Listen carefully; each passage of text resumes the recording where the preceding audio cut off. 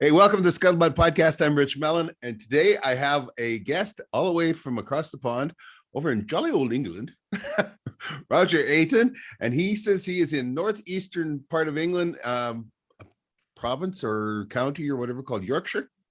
What is it you have? Do you have provinces or counties? What is it? Counties, counties. So they're nothing like your provinces. You can probably fit the UK into Alberta, I think. The tiny places. Several times, yes. Well, our provinces break down into counties though as well. Right. Yeah. Well, pleasure to talk to you, Roger. You reached out to me. I forget what the conversation was about, but that you were in northeastern England, and that you were a gamekeeper. Oh, I saw we were talking about people about it was another podcast. Yeah, I remember now. Busy time. Anyway, as a gamekeeper, so give us your job description. This just sounds so cool. Sounds like it. So it's quite handy that you've had the last podcast with your friends from South Africa. Yes. In that my job is an amalgamation of a PH and a trapper, essentially. Okay. So we've got both sides to manage. I manage an area of 6,000 acres, which probably doesn't sound that big to you, but that's quite big over here. That's quite sizable in England. Yes. So they vary in size. I have two staff that work for me as well. So we manage day-to-day everything on that land. So it's not just a trapping aspect, it's habitat, it is maintenance of infrastructure, roads, absolutely everything on that 6,000 acres essentially comes through us. We work with farmers as well. But that's another part of the layers that go onto it. So on those 6,000 acres, you've got different concerns of a sporting side as a shooting hunting side that we run. You've then got the farming aspect that is run by the farmers in conjunction with us. And they really work, we really dovetail that. That's not separate entities. Although they're separate businesses, we work together. And then you've got a large amount of public access, really, which you're guessing is not too much of a trouble for you guys up there. Well, so when you're talking about 6,000 acres, like here, if I manage 6,000 acres, somebody definitely owns it. Like it's private land if I'm managing it, or I have some sort of concession to it. But you're talking about this is an amalgamation then. So there's a corporation or something that has. Yeah, so they can be run in different ways. You can own the estate or the land. You can own everything. So you could own the land, the shooting rights, and within that can come it was historically a vermin right, but that's probably been superseded by all amalgamation into a hunting right now. So you could have a shooting lease or a right without owning the land, and that will give you certain rights. A lot of these old estates will own everything. And then there's been quite a change it's always happened over the years, but you've gone from your old lords who owned land and the gentry to then the investment bankers coming in, buying it with money and investing that way because they were interested in hunting and shooting. So it's a different aspect. So what we call old money and new money. And we have those terms too. Yeah. Actually, it's old money and oil money. Yeah.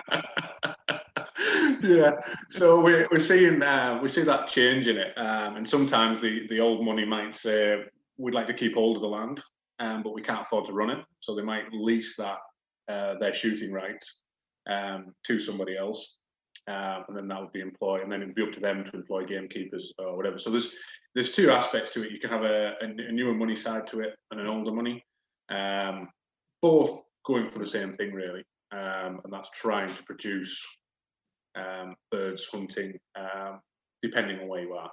Oh, okay. I'm getting a better picture. So it's a source of income, and they will take the hunter's money because it is money, right? It's not that they're hugely supportive of it. Well, in a way, you'll never make money. These guys will never make money doing this. So the new money coming in, it's probably money they can afford to spend and not have to worry about. You'll if you're doing it in wild birds like we are, so we are solely red grouse. You can't really run that as a commercial aspect because it's a wild bird. We can do everything we can on the ground. We create habitat. We control predators. We control even things down to the tick, so sheep tick and deer ticks.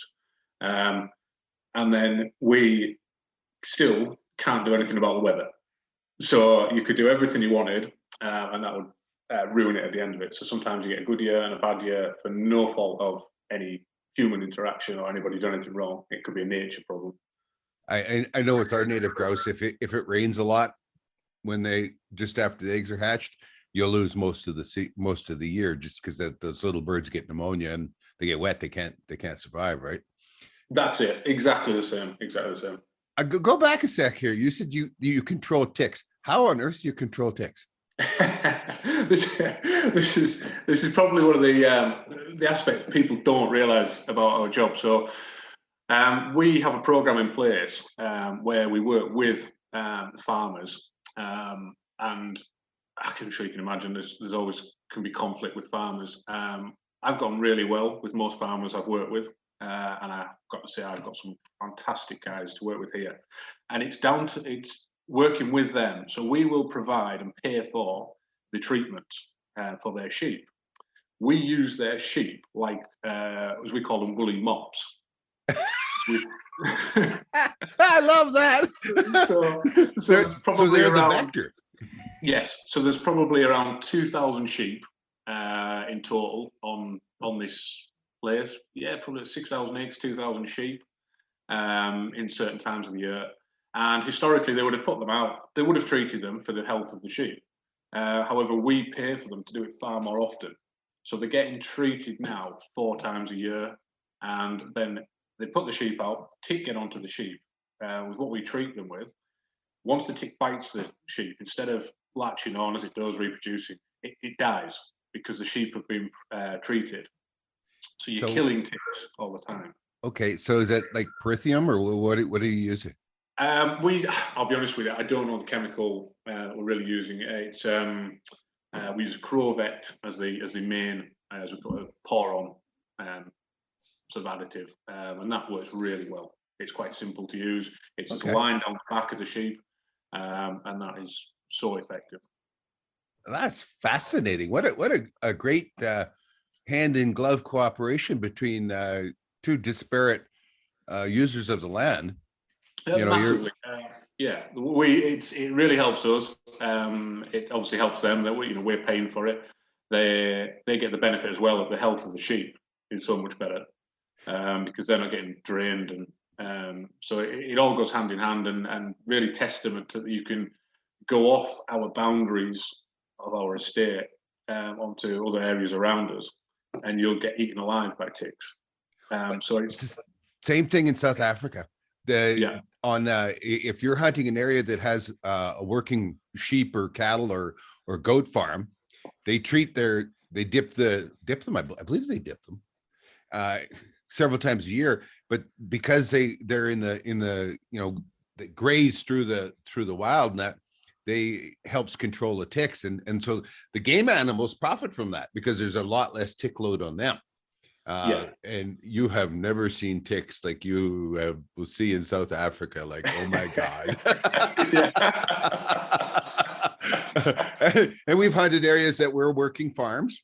I mean, you're talking pretty vast areas. Some of them are 20 miles by 20 miles. They're a huge area, and there'll be valleys and mountains and all that. And of course, the game is usually on the hills or the mountains and that. But there's still the tick load is still affected by the fact that there's those working cattle farms in the valley that is, helping control the tick. And another thing was the aloes, the aloe vera. They grow quite large there. I don't know if you've seen them or not. They're beautiful.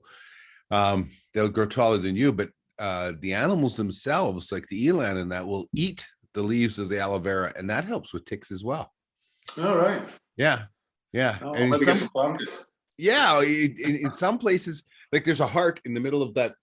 You know how an aloe vera has those big, it's a big succulent. It's got a big succulent type leaf on it. You know, it's fat, and you break Yeah. it open. And that's where aloe vera juice comes from, and all everything. Well, down in the middle of all that, where all these leaves start with, there's what they call the heart, and the tree can take an immense, or the plant can take an immense amount of abuse until they take that heart out, and the eland are the worst for it.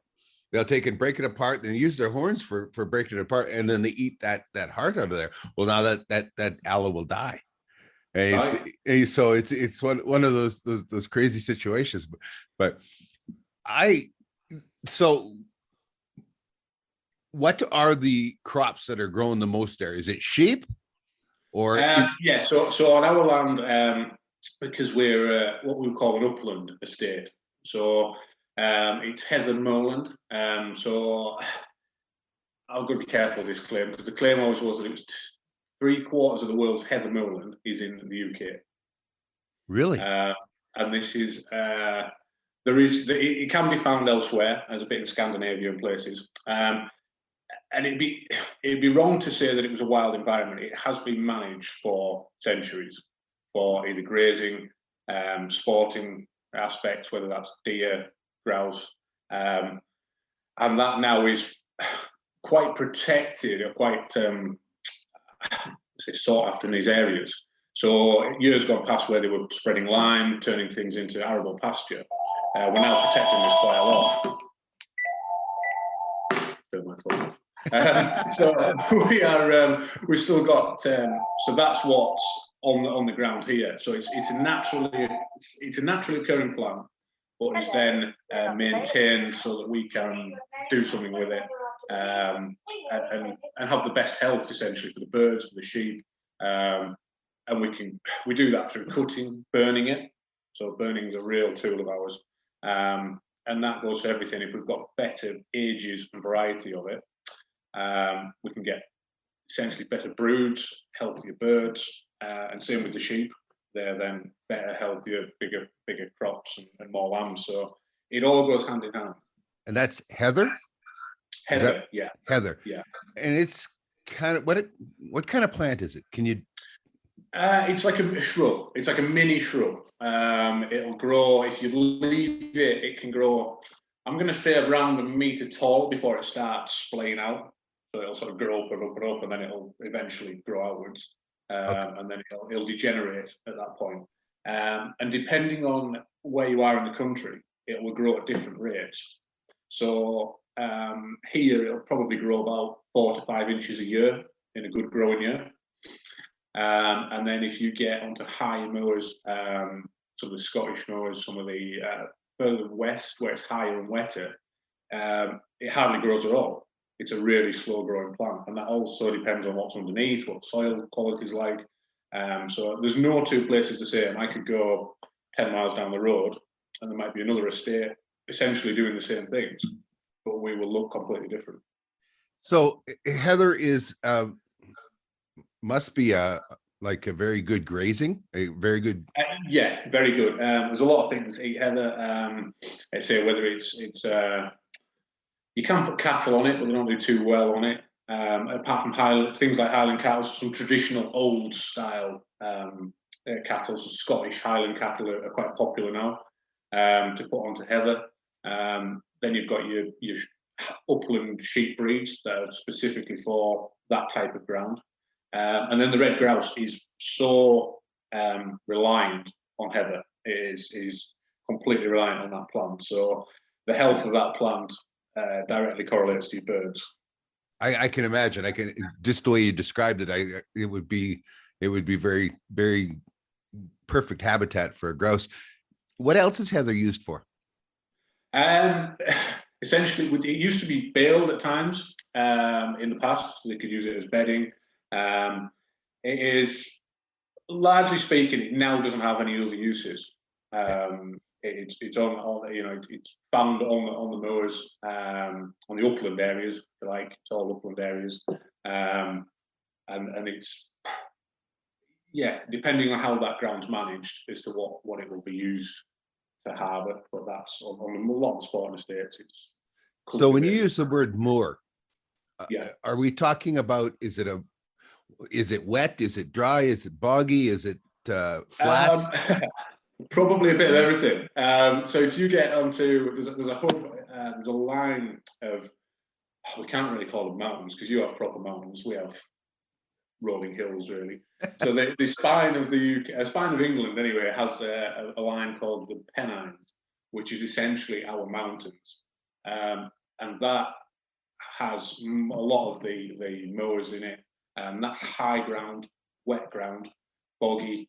You'll get a mixture up there of different grasses, wetter habitat, and then the other areas of the UK that we find heather in. So if you get to the east coast of Yorkshire, it's quite dry. It's completely opposite, but it still grows heather. But the plant itself, although it's still heather, and you do get a couple of different varieties, which is complicated matters, but you do get different varieties. There's the ling heather, which is the predominant heather, is if you find it in the Pennine moors on the high wet ground, it's a delicate plant, so it's quite susceptible. So you could drive over it with machines 3, 4, 5 times, you'd start to kill it. But if you drove over it on the dry moors, where it's a stronger, more virile plant, it will stand more pressure. So it's depending on where you are, the same plant looks different. Oh, that's cool. And it's native, and it's what you're doing to, I mean, you're protecting the native bird. I take it red grouse is native. Yeah. And you're protecting the heather to protect it as well. Tell me about the grouse. How big is this bird? And so it is, what do you think? It's just a bit bigger than partridge. So we've got 3 types of grouse in the UK. We've got a red grouse, a black grouse, and the capercaillie. So there's not many capercaillie. They're isolated now to certain areas in Scotland. And some of the conservation bodies bought out the land where they were found and doing a pretty bad job of it. But we'll look then. But their virtue signaling, their virtue signaling is spot on, right? Yeah. Oh, yes, absolutely. The birds are all dead, but we protect them. Yeah. Yeah, absolutely. Yeah, they ride that horse into the ground here all the time too. Yeah, I find that something that echoes whenever I listen to something from the States or yourselves. It's almost a mirror image. It's the same problems, different bodies, but it's the same problems wherever you are in the world. Well, when you look at it, like, I mean, if all of that money that they can raise from silly little cat women and stuff like that, and yeah, I'll get hate mail over that one. But anyway, from silly little cat women, can you imagine if you guys got that money to manage, I mean, sure, you're managing it for the sporting and that, but I mean, you're protecting the wildlands, you're protecting the birds, you're managing the predators, the vermin, all that kind of stuff. You're actually doing something. You're not pretending to do something, right? Like exactly. I've always, ever since Cecil the lion got shot in South Africa, I've been there. I actually been on that land, like, I mean, it was crazy. And, that guy got so terribly put upon for he did nothing wrong. He did absolutely. And I mean, after he was publicly flagellated and lost everything, and they admitted, well, he did nothing wrong, well, that's good. Thanks at this point, right? All that, then they started, attacking over that we got to protect the elephants and all that kind of stuff. And when I talk with the people in Africa, they say, and they're about to tell the rest of the world to kiss off. And the reason being is that, places like Botswana have 100,000 too many elephant, they have, and it's just destroying things. And they say, you want to sit there in merry old England and tell us how to run it, but you come here, you come spend your money. Don't just virtue signal, right? And that's always my biggest concern, is that the people who, whether it's for solar panels and windmills and all that, what they always dream of as being the perfect world is this non-consumptive. You take 100 acres to raise a cow and all this kind of stuff that just doesn't work. It's just impossible. We don't even have enough arable land on the world, on Earth, if the world was to become vegetarian or vegan. You know what I mean? We just don't Yeah, have enough arable land. Uh, you know, I just wish, it's really stupid to even waste time thinking about it, but I just wish that the people that had the power to milk those crazy cat ladies could actually put that money to some real use, yeah, rather absolutely. than causing problems for people who are actually doing something. In Africa, you're talking about a different society whatsoever, and there, the number one saying is, if it pays, it stays. And all Yeah, that means is that they will never run out of chickens, goats, and cows, because people eat them, and it pays to raise them. They can't afford to have elephants and elands and rhinoceroses on the landscape just to look at. That is something that our much more affluent Western society can afford. They can't. definitely, definitely. Certain members of my extended family, if you like, are heavily into orangutan conservation, which sounds complete contrast to my profession. But as they say, they cannot preach to the natives out there that are cutting these forests down to plant palm oil. The conservation bodies out there, so we can't go and preach to these people because they're starving. They need to feed their children. And we, from a Absolutely. Western perspective, are telling them how they should be doing it, rather than giving them the tools to do it. And then they'll be, rich, but affluent Western people want to go out there, go to these camps, do these fulfillment weeks, fortnights, 3 weeks, to make themselves feel good that they're saving orangutans, but not addressing the core root of the problem. It's crazy, crazy. Well, I mean, look at Kenya. Here's your classic example. Kenya outlawed big game hunting in 1977. Since then, the number of big game species that have survived outside of their major parks has dropped by 80%. Why? Because the people that used to make money from being associated with hunting and hunt camps and all that now have to grow their patch of beans or whatever, and animals got no place in that, so they kill them, they eat them, but they can't be eating their beans. And you can't get that through to people. Just No. take a look at the numbers. And there's Kenya. Now, Yeah. they haven't allowed big game hunting since 77. So, obviously big game hunting wasn't the cause of any animal shortages. That it was the cause that there was animals, that they took care of them. It's such a different situation. But let's get back to your situation. And I'm amazed that there is so much interest in a single bird, like to control Yeah. and take care of. Like, you're a gamekeeper and you have two assistant gamekeepers. Let's talk about that for a minute. How do you become a gamekeeper? Sometimes you're probably right place, right time. Was that yeah, it was kind of the case with me, if you like. I got to tell you, it's the coolest name. I'd love to have that on my resume somewhere. I was a gamekeeper. It harks back. So if you say it nowadays, it harks back to everyone has this vision of the Victorian gamekeeper with a side by side 12 gauge under his arm, with a black Labrador next to him, And a cool hat. shouting at the local peasants to get off the Lord's land. It's changed somewhat since then. I've been doing it for 17 years now. And even in that time, it's changed dramatically. I got into it straight after left school at 16, became a trainee. About a 2-year period of being a trainee. And just like any other job, if you can stomach the worst of it, the rest is pretty easy. I worked for a great guy when I first started. His ethic was always he would never ask me to do something he wouldn't do himself. And he's a very good friend to this day.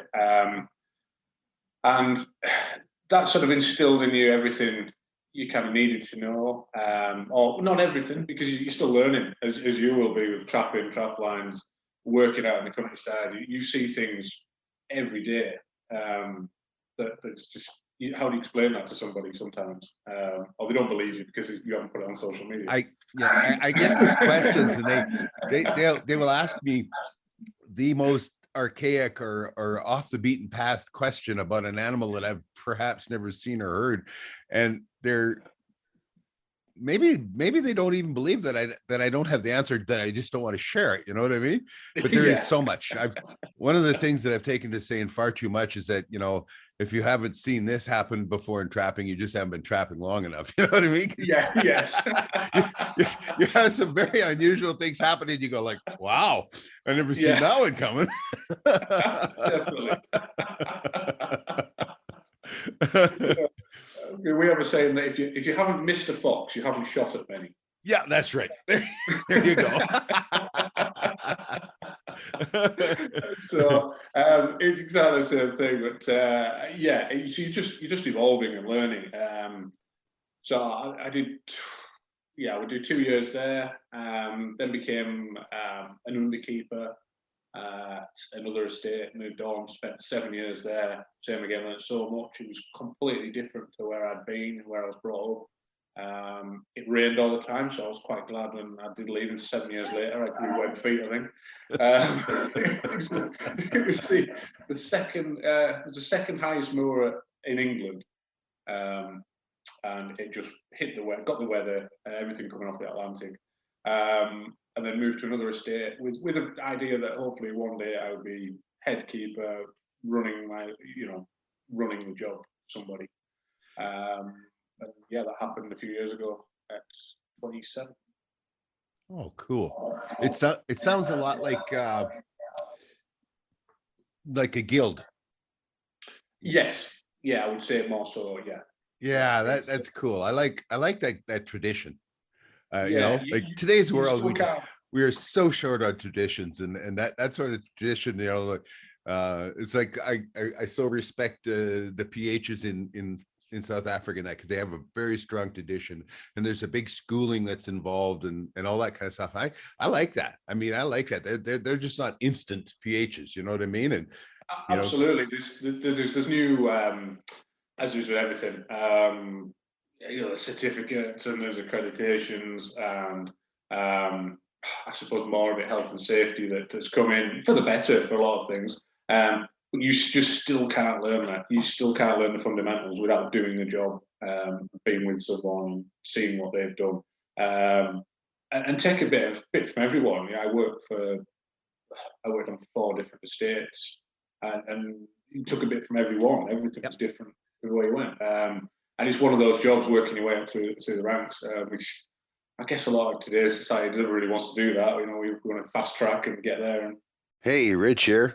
Sandy and I are pleased at the rapid growth of our exclusive community, Trapping Inc. at locals.com. We created the community to connect more closely with our fans, friends, and supporters without the interference and censorship of social media companies. Because this community is subscriber exclusive, there is no censored photos, shadow banning, and deplatforming as happens on Twitter and Facebook. Trolls are non-existent, as not a one will spend a nickel and put their money where their mouth is to protest on a paid site. You know it. We are steadily moving all Trapping Inc. YouTube videos and podcasts as quickly as time and bandwidth allow. We're tickled and surprised to see how large of library we must move. As well, we are sharing articles on trapping and guns and shooting. Our new TV series, Married to the Hunt, videos are here too. Hours and hours of never before released to the internet hunting and fishing from around the world. TrappingInc.locals.com will be the exclusive home of all Trapping Inc. content from the past and into the future. What else is there to do? Well, there's a forum for everyone to post pictures on and interact. You can message us directly on TrappingInc.locals.com,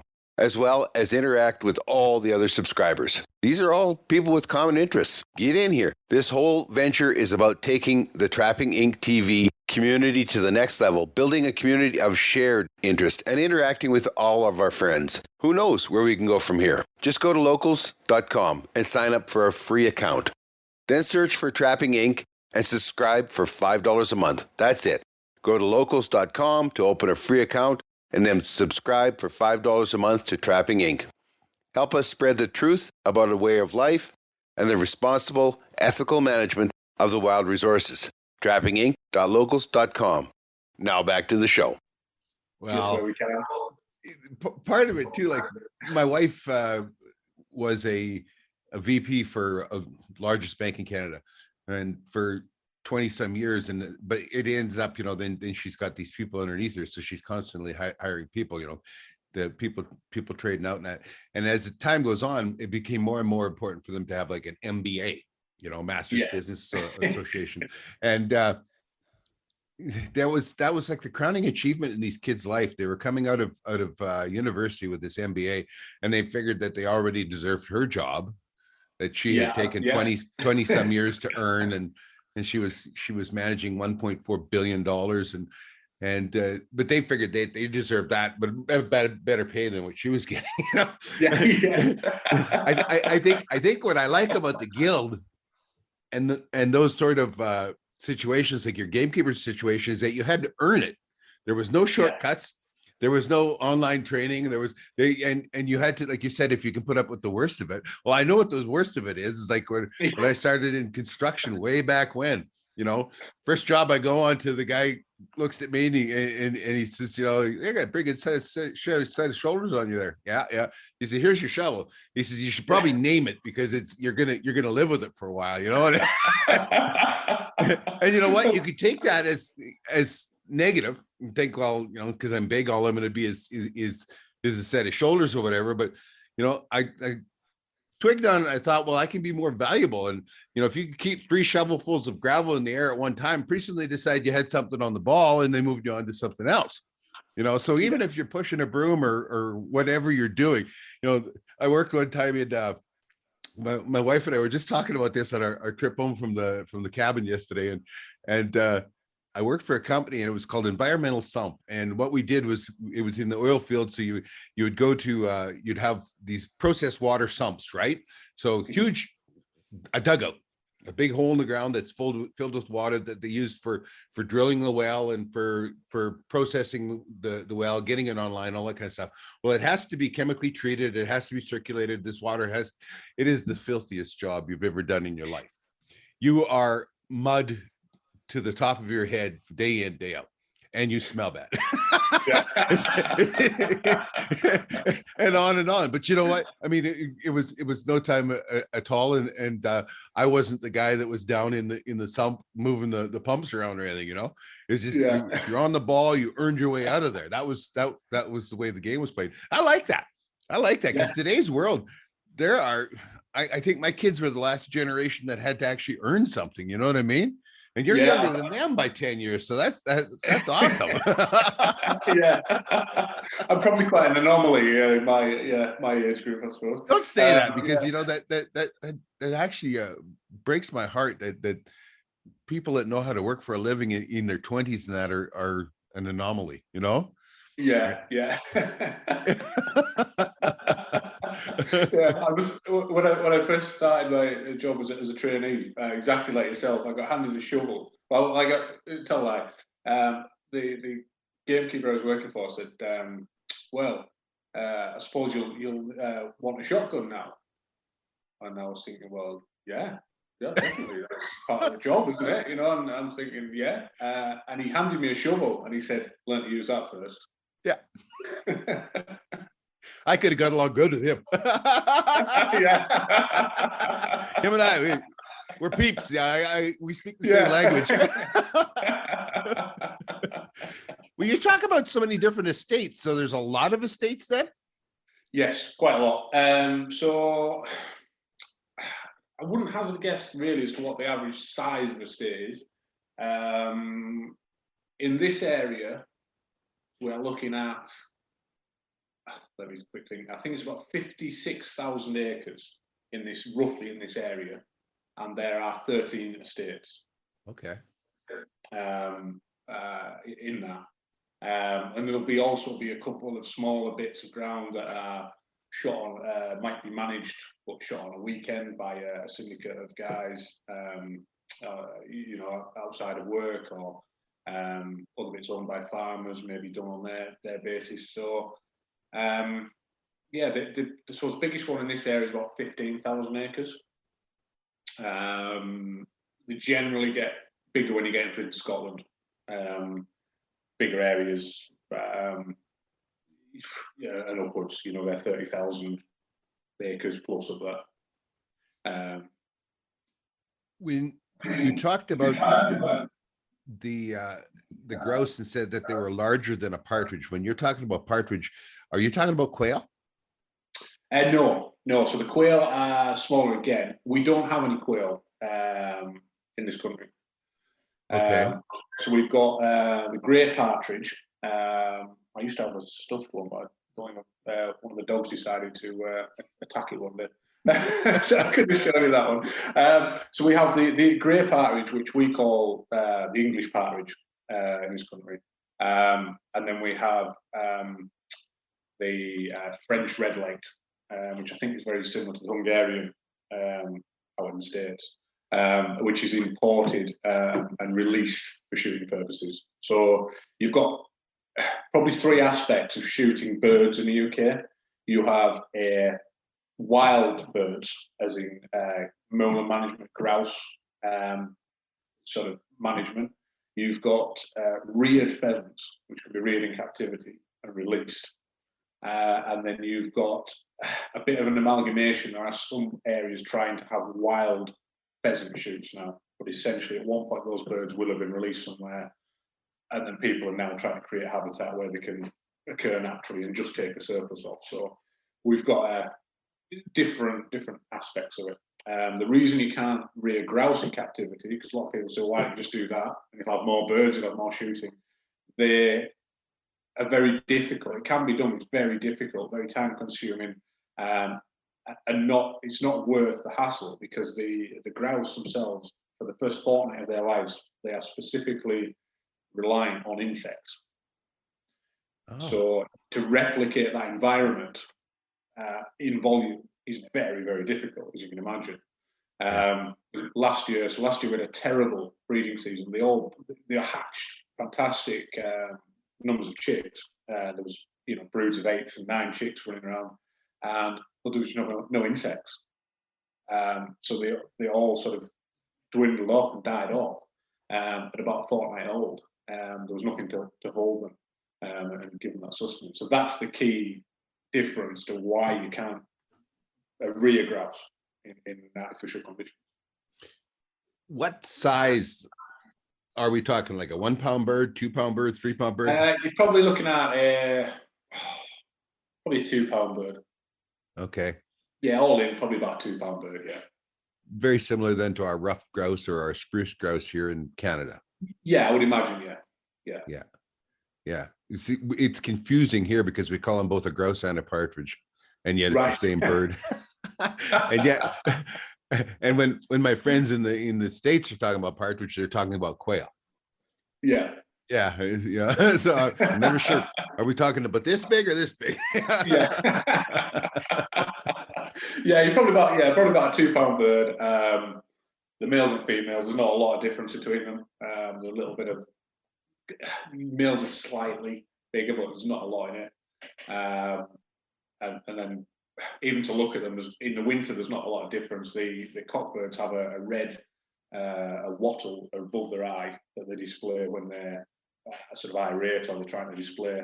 And the hens do have one, but they don't really use it and display it. Our spruce grouse does the same thing. Has a red eyebrow or whatever you want to call it that on both sides turns red during the mating season and on the spruce grouse. But they like to eat the buds of a spruce tree and they taste about that good. They're very, very, very dark meat, or like liver purple, like that dark of meat. Then the red grouse is what, white or dark meat? It's dark. It's brown, so completely brown. So actually earlier when I said we had 3 species of grouse, it's completely wrong. We actually have ptarmigan as well in Scotland. Yep. And the ptarmigan, I'm assuming like you guys as well, they turn white in the winter. Yep. They're the only bird that changes colour in the winter in the UK. Whereas do you have the rock or willow ptarmigan? I'll be honest with you, I don't know what subspecies it is, because there's been studies done that the red grouse is related to the willow grouse in Scandinavia, but then they've also decided it's now is its own species. So presumably when the land bridge ended to Europe, we've now got an isolated pocket. So as far as I know, our ptarmigan, I couldn't tell you which variety it comes down under. Oh, that's cool. That's cool. So your job is to make sure that these guys that you get the most of the hatch every year that makes it. What does that involve? I mean, as a gamekeeper, you say that you're a trapper. What animals give you trouble? Yeah, so yeah, so in the UK we don't have the huge predators like yourself. So it's quite refreshing watching you guys go trapping, and you're trapping for a product, whereas we're trapping. And in the 1980s, gamekeepers used to make a nice little sideline when they trapped foxes, caught foxes, shot foxes. They would skin them off, and they were getting £30 for a pelt in the 1980s. When you consider that was realistically, it was about half a week's wages for some people for a fox. It was a lucrative business. And then as time's gone on, and we've had successive governments, the fur trade in the UK has just died. It is possible to do it, but you're talking now getting £5 for a skin pelt, whereas the time put into that, it's really not worth doing it. So none of our trapping nowadays is done for fur. It's all done for pest control, whether that be protecting grouse, protecting other birds. Sometimes it'd be simple as protecting lambs.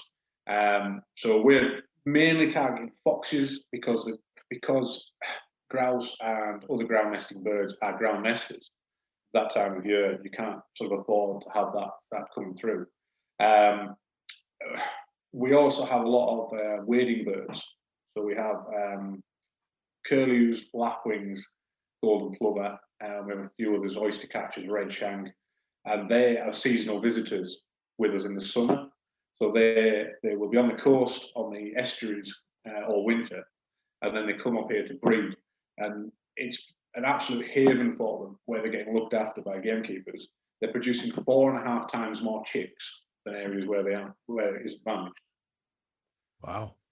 So that's the sole reason why. And there was a move a few years ago to get away from, I suppose, to make gamekeepers a bit more public friendly, that we were doing it for the waders. And I thought that was wrong. We should say that we be completely honest about this. We are managing it for grouse and shoot purposes, but this is a massive knock-on effect that doesn't cost largely to the taxpayer. This is. I totally agree with you on this, and here's why: is because they don't, I mean, you're doing so much good in general, and you need to be bragging on the fact that if it wasn't for hunters and the money from hunters, that this would be happening. Now somebody else would have to pay for it, and we've got to quit. We got to quit hiding our candle under a bushel, to quote an old Bible saying, because we got to be proud of what we're doing. I've said this many times, and I always get strange looks when I get it. Is that trappers should take a page from the Gay Pride Association and have a parade every year, because well, as long as we hide in the closet, if you guys hide what you're doing or why you're doing it so that there can be hunting. You're doing it for successful game management so that there can be hunting. You shouldn't be hiding that. It needs to be. It needs to be obvious. And after a while they get used to it. It's like, it works out eventually. But you were talking about wading birds, and I got to go down a bit of a rabbit hole here, because we were in Spain a few years back. Well, it's probably more than a few years now, and we were hunting ibex. Ibex. I'm sorry, and we ended up staying in a monastery. And the local tourism association had found out that we were there. We were, of course, filming for hunting and everything. And so they wanted to take us off on this special thing. It was magical and all this stuff. And of course, my Spanish is really, really terrible. And I said to my wife, I says, "Where are we going?" She says, "I don't know, but I think we're going to get fed at some point." I said, "Okay, I'm good if I'm going to get fed, right?" So off we go. and they bring along a fellow that can actually translate. So they start translating and tell us what we're doing. And typical Canadians, we get into a van with people that we can't even talk to, right? we're far too trusting. Anyway, off we go, and it turns out it was the migration of, they called them the Japanese crane, and here we call them sandhill cranes, and they're they come flying into this lake and of an evening, because they're coming into to roost for the night, kind of thing, and how magical it all is. And it was really funny because we had just finished. This was in would have been this this was in December, and back in October we just finished doing a hunt for them in Saskatchewan. They're a very, very populous bird here, and they're the coolest thing ever when you shoot them out of the sky, because it's like shooting a pterodactyl. They come spiraling down this great thing, all legs and beak and everything, and the farmers hate them. And the reason being is that they're the only bird that can actually eat standing grain, and they get into, of course, because they're so tall, right? And they can get in, and you have the heads of barley and wheat and all that. Well, they pluck all this off the top and stomp stuff down, and when they come in clouds big enough to cover 160 acres, a quarter section, they cover 160 acres of grain. They just hate them. Where with in Saskatchewan, of course, they have lots of ducks and geese too, but they can't touch anything unless it's already in the swaths. So once it's been knocked down, then the birds can start eating them, but not these cranes. Well, while we're in the bus, this van traveling along, I pull up on my phone and show them footage of us shooting these birds in Saskatchewan a couple months before. Well, it was probably we couldn't get out of the bus fast enough. The atmosphere cooled off a lot. This is a very special bird for them. Yeah. And I was sharing my favorite recipe. Yeah. They call him ribeye of the sky. Yeah. Whoever called him ribeye of the sky, though, is either never ate sandhill crane or ate ribeye. You know what I'm saying? They're kind of equal to like a speckle belly goose. They're okay in a pinch, but we have this rule: if you shot it, you ate it. So I've eaten. Yeah. Your fox are your biggest problem then? Yeah, so arguably the fox is the biggest problem, and they don't just take birds in the springtime. But the problem is in the springtime, and they're sitting on a nest, they can't get away. Yeah. I have some footage. I'll see if I can get it across to you on a thermal imaging camera of foxes hunting at night. And the old gamekeepers used to say, and this was anecdotal, but they didn't have the equipment. And they used to say, well, what a fox will do is it will get the brood on the wind in the summer. They'll get the brood, and it will go into the brood, and it will, the parents will jump out of the way, and they will make a noise, and then the chicks will jump out, and then the foxes will go around and eat the chicks one by one. In my experience, that's completely wrong. And that's only because through technology we've managed to learn this, is that they will they will come onto the brood, they will wind them, but they'll start running, sprinting flat out. They don't stop, they run flat out into the brood, into the birds. They might catch one when they scatter. And then they just completely ignore it. They just go on to the next one and the next one. So they will just scatter straight into the brood. I've seen them jumping in the air and catching small poults about the size of your fist. Yeah. Just when they're able to flutter, but they're not great. And I've seen them catch them out of the air when they've disturbed them in the dark, and then they'll go on to the next one. And sometimes that, if it's a still night, you can hear them from miles. You can hear a fox coming from 2 or 3 miles away with the help of the grouse, the curlews, especially. They're really good at telling you what's happening. So you can sit there and listen, and that'll tell you more than your eyes will. And you can work out what's happening, where they're coming from. But if that was a wet night, a wet and a cold night, and it scatters all those young birds, not only is it what it's eating, but it's what will die through hypothermia, being away from the parents. So they're far more destructive than by disturbing 1 or 2 nests a night than just cleaning up one nest. Absolutely, yes.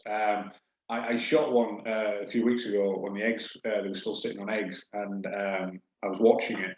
Whilst I was watching it, I was being directed onto it in the dark, and I could see it. And I just got set with my rifle, and I had the night vision and everything. And I just about to take a shot, and a grouse jumped out of the heather, and the fox went to where the grouse was. It sort of come around the back of it, flushed it, put its head to where it was, and half a second, it had put its head where the grouse was, and then walked off. 6 foot, about 6 feet later, I shot it, and it had an egg in its mouth. It had taken less than a second to grab an egg out of the nest and walk off with it. Wow. And there was another 5 eggs left in that nest. So it wasn't a case that it ate all the eggs that day. Some maybe will, but until you see all these things, and as I say, when I shot that, it had it in its mouth. And you watch them working, fairly systematically on a bit of ground. They'll go up and down and work in the wind, and they'll visit so many on a night. And then when you've got young chicks, especially week old, 2 week, up to sort of 3 week old, when they can flutter, they're sitting ducks. They can't get out of the way. It's same again, as you said, with trapping things. When you sit and watch wildlife doing these things and going about the business of hunting, it debunks all these myths that you've heard for years of so-called experts. No, it's true. Like, I mean, I deal with this a lot because I have people who have, been raised up by old trappers, and they'll be passing on their lore, and they'll pass it on to me, like they'll say, well, you should do this or shouldn't do that. And to, you try to correct them because, this is, we have proof of otherwise, right? So yes. Sometimes you become more of a politician than anything else. I mean, what you're saying though, and here's the part that I really like, is that it's, as you were describing that to me, perfect. That fits into what I know of the physical characteristics that, the habits of a fox or a coyote or whatever. They are not, they don't clean up everything. It's like, even watch your dog. If you throw a handful of apple peelings or carrot peelings out in the yard, one dog out of 100 will go and search for every one of those. The others will have 1 or 2 and walk away, and it's a big mess. I have two bird dogs, and one of them is fastidious and cleans up everything, cleans up his buddy's plate too, and the whole work. The other one eats maybe 3/4 of what he comes across. So I understand that what you're saying is that fox is more than likely to take one or to scatter them and then go on to the next. They don't have the ability to reason that there's more food there or anything else, right? No, absolutely. The one time we find it is if they're feeding a litter of cubs, that they might be a bit more systematic. And same again, the amount of times we've shot foxes, not as much snared them, but shot them with, in the act, kind of carrying poles. I have a wonderful picture somewhere, and that's in the other room, it's got, this fox was shot and it's got 2 sort of about fist-sized poles in its mouth. It was obviously taking them away to its cubs. That's the one time that they will try to sort of hunt. It's not for themselves, it's gathering for other things, but otherwise, like I say, there's no rhyme and reason to it. Sometimes they're just doing their thing, out for a night, getting what they can. Do you have a lot of fox? Yeah, so we're probably getting around 80 foxes a year. Oh, wow. So, and what's interesting about it is, we're very interested to hear you talk about your starting on a trap line and getting, either a lot of old links and things like that, and then you get to an average. And that's exactly what we found here. So first year that I took over, we were in and around 100. And then we sort of knocked it back a bit. We do get peaks, as about 80 is sort of an average, but then it levels out, and that's kind of our average has stayed at that. And I can do that every year.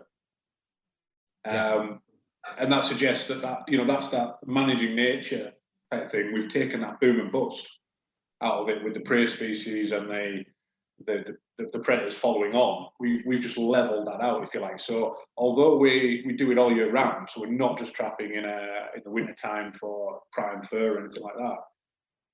We've leveled these things out, and they're not getting any less, but that's our average. Hey folks, Rich from Trapping Inc. TV here. And we all have our idea of the perfect morning. You know what I'm talking about. For me, the perfect morning starts with the aroma and flavor of freshly brewed Old Smokes coffee. Studies have shown that just the smell of fresh coffee can boost brain activity. No kidding. Well, that's certainly no secret to me. I can barely talk before that first cup. Just ask Sandy. I'm a dark roast man, and Old Smokes Coffee's darkest roast, Stout Maple, is what gets my day in gear. Extra dark, it's strong, aromatic, and smooth. Gets me revved up for whatever the day throws at me. Old Smokes roast their coffee over wood fires, the old-fashioned way. Wood roasting takes more time, much longer than modern hot air roasting. Slow roasting over wood takes the bitter out of the bean and imparts a heavenly taste and aroma from the wood smoke. Old Smokes makes a roast perfect for each person. There are 5 roasts, from light to extra dark, each roasted over a different wood for a unique flavor. Did you know the darker the roast, the lower the caffeine content? It's true. Caffeine is a volatile oil that evaporates with roasting. The lightest roast has the most caffeine, and the darkest roast have the most flavor. Right now, you can order from their online store and use our promo code RICH. That's RICH. And get 10% off your entire order. Pretty simple. Just go to www.oldsmokescoffee.com. That's OLE smokescoffee.com and use the promo code RICH. That is promo code RICH for 10% off your entire order. And now let's get to today's show. Well, you more than anybody else understands when people look at you and say, well, yeah, until man upset the balance of nature. Man's been part of the balance of nature for centuries. Yeah. Exactly. Millennia. Exactly. And more so on this small island, more and more COVID has highlighted that more than anything. There's 67 million people in the UK on this island. I think there's about 32 million in Canada. Yeah, you're nicely double us. Yeah, but you're 41 times the area. So this is where we get to the notions of let nature do its thing. This island is so small in comparison and relatively overpopulated. You can't go anywhere without finding something that's been touched by man. Not only that, but every one of those cat ladies that is donating to Peter or whatever while they live in their mom's basement flat in London, they just want to remove themselves from the equation. But you know what, ma'am, where you live, animals used to live. You're part of the problem. But they exactly. they want to pretend that they aren't. It's just you, people like you and people like me that are part of the problem. Absolutely. We're so good at the politics of finger pointing. Yes. Yeah, I love, a friend of mine said a while ago, he said, there's a lot of deer being killed on the road. I said, did you not realize that the road goes through where the deer live? Yeah. Not the other way around. I know, it's amazing. We start taking a look at, we have an issue in Alberta with wolves. We're supposed to have, for healthy wolves population in Alberta, we're supposed to have between 12 and 1,600. We have about 7,000 more than that. And when you take a look at the number of animals it takes to feed, like I think for 4,000 wolves, it takes like about 20,000 ungulate to produce enough animals to feed those wolves. That doesn't include how many are hunted. That doesn't include how many are killed on roads. Like we have a massive problem with animals killed on roads, that kind of stuff. But that's just to feed wolves. So I mean, when you take a look at the stressors that you have on those populations, you're very much more familiar. I mean, you're down to managing for ticks and that kind of stuff for your partridge. The world would be a mess if you let it just run amok at this point. Like, I mean, over here we'd all be drowning in a beaver dam. Beavers are quite the they're the unending gift, let me tell you, as far as causing work for trappers. Like, holy cow. Beavers and raccoons are probably the two things that most of the animal damage control work that's done, especially, in the big cities and that. Although they're having an issue in Vancouver with otters, and that really flies in the face of, an otter is so cute, they're wonderful, aren't they sweet? And they have the best PR company in the world, otters. Everybody thinks they're so sweet. I'll tell you right now, it's somebody that has killed a lot of fur and skinned a lot of fur, and an otter is part of the mustelid family, so it's one of the weasels, right? It is the one that is the fattest. And if you're a weasel, and if you're as hyperactive as an otter is, and you are fat like an otter is, you're damn good at what you do. Yes, yeah, absolutely. You are really good at what you do. Okay, I can tell you that. Let's talk about managing though these fox. Obviously you're tracking them with cameras but are mostly is it shooting? Is it trapping? Is it snaring? Tell me a little bit about each. It's a bit of, I'm saying a bit of everything. So it's the ways we do it, we try and have that sort of rounded approach where you've got a bit of everything going on. We can't trap foxes unless it is in a cage trap, so a live catch cage. You can use a big cage. A lot of the your rent to kill guys in the cities and things will use them in back gardens. You try get an adult fox to go into a cage in the countryside. It's an absolute nightmare. And I do laugh when if I ever watch American hunting shows on YouTube, especially the Fox Pro guys, and they'll be calling grey fox, be calling coyotes, and then they call a red fox, and it does a great big circle around them. I think, it's a completely different animal, and they're probably one of the hardest things for us to catch. So we can use rifles. You can shotgun them at close range. But snares are a large part of fox control in the UK. And you can't.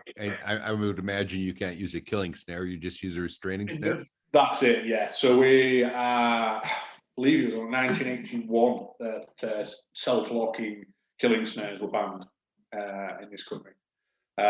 So ever since then, and if I talk to the older gamekeepers that were keeping around then, some of them a lot of them consider that was the wrong way to go, because we went down a holding route away from a killing snare, and we that was the back pedal, start of the back pedal. So progressively things have gone backwards, if you like. So we're dropping things off all the time. So we also have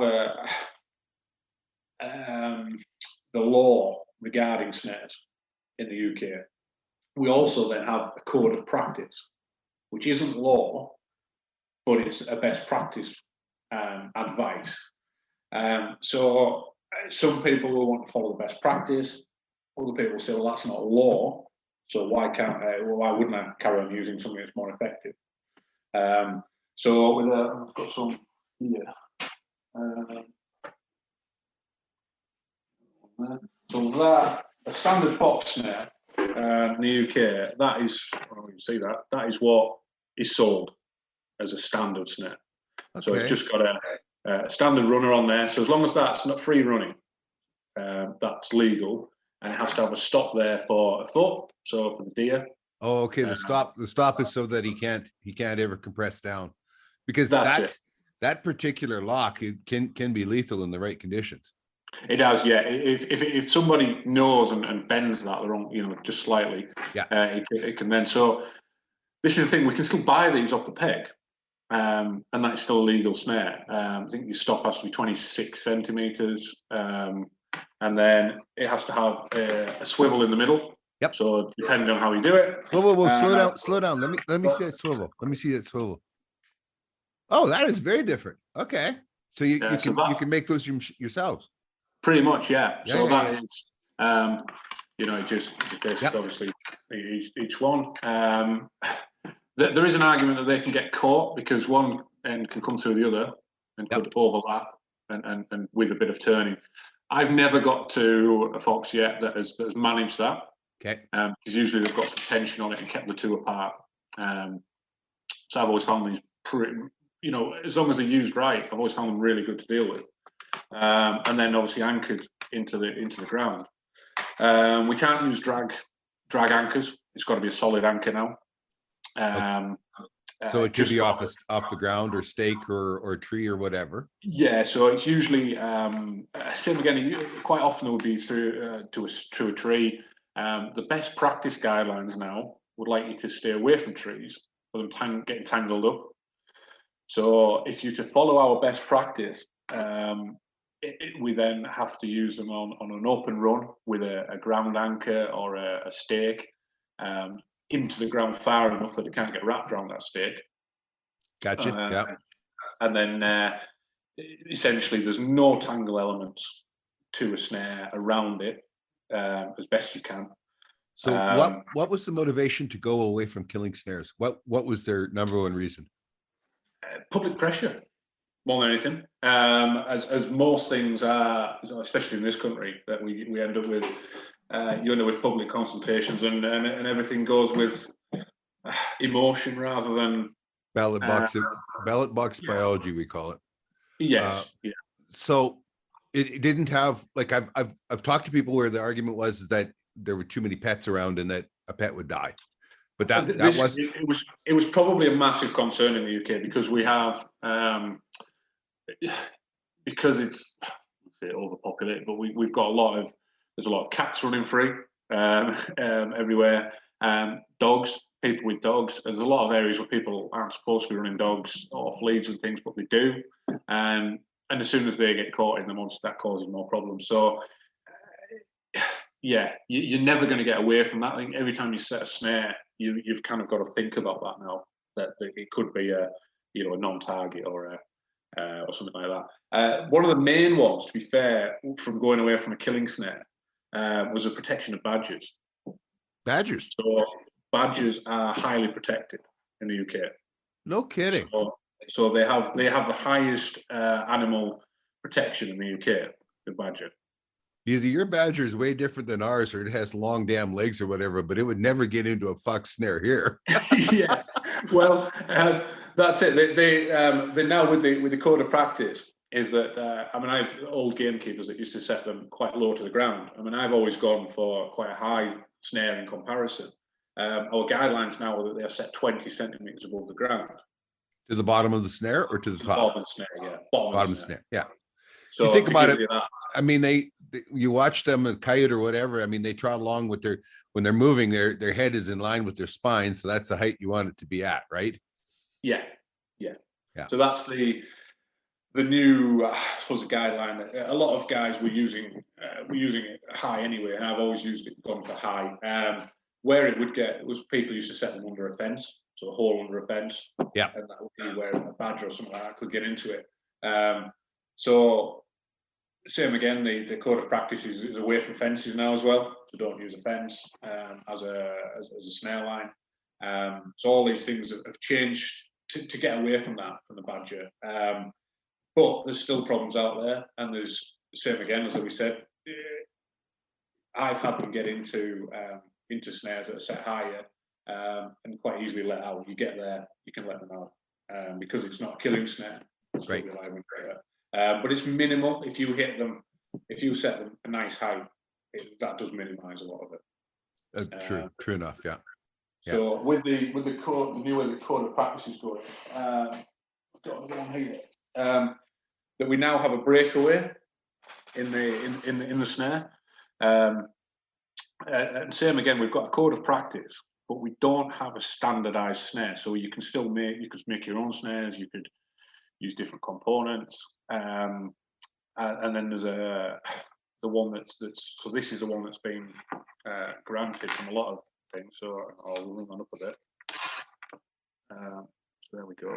So that is, if you see that, so it's got a sliding lock, a relaxer lock system on it. Still got your stop, and then that's a breakaway clip. So it's just like a fishing. I think originally they were used on fishing lines. And that's supposed to break. The idea is that the poundage of the badger is a stronger animal than a fox, that it will break away.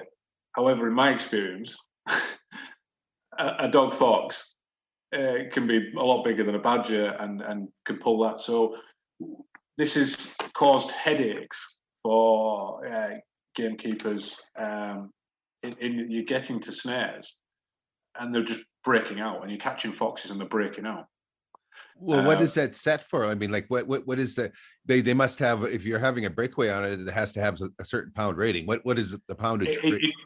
This is set just over 20. So Yeah.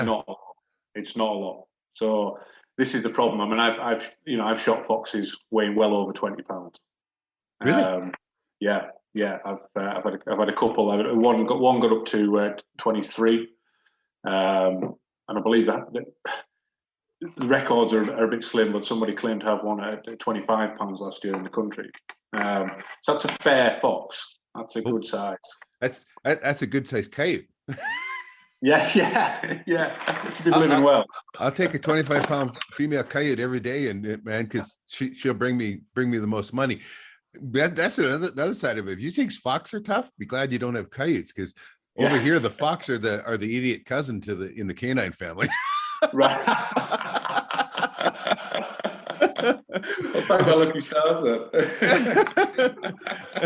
And it's only because the coyote is worth money that and people are targeting the coyote so much over the last 8-9 years that the fox is making a comeback here. Right. Because coyotes eat fox. I mean, it's big fish eat little fish all the time, and in the game of things, well, a fox is a good meal for a coyote, and so they eat them all the time, and the higher the coyote population, the lower the fox population is.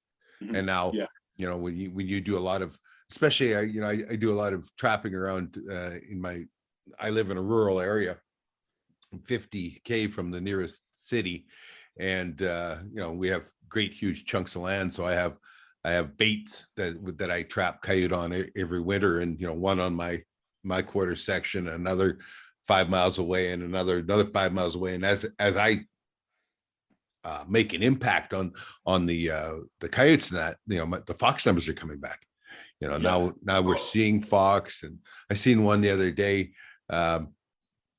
She must have been moving dens or whatever, but she had one of her kits in her mouth, and she was crossing the road. It was neat to see, right? People don't expect that of trappers, but I don't have really any the only canine I have a soft spot for is a fox, because I think they're inquisitive and neat. But coyotes and wolves, I've seen some horrific things that they do. And I mean, I understand from your point of view what the fox does to birds and that, but that's what a fox is made for.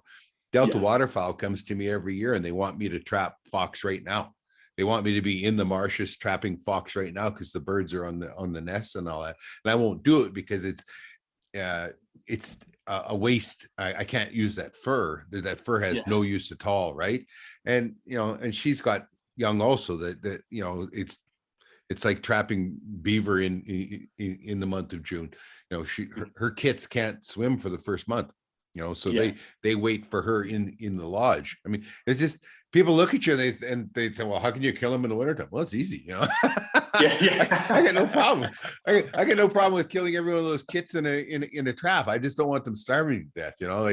I figure I've killed more animals than the Black Death. I figure at some point I got to worry about karma, right?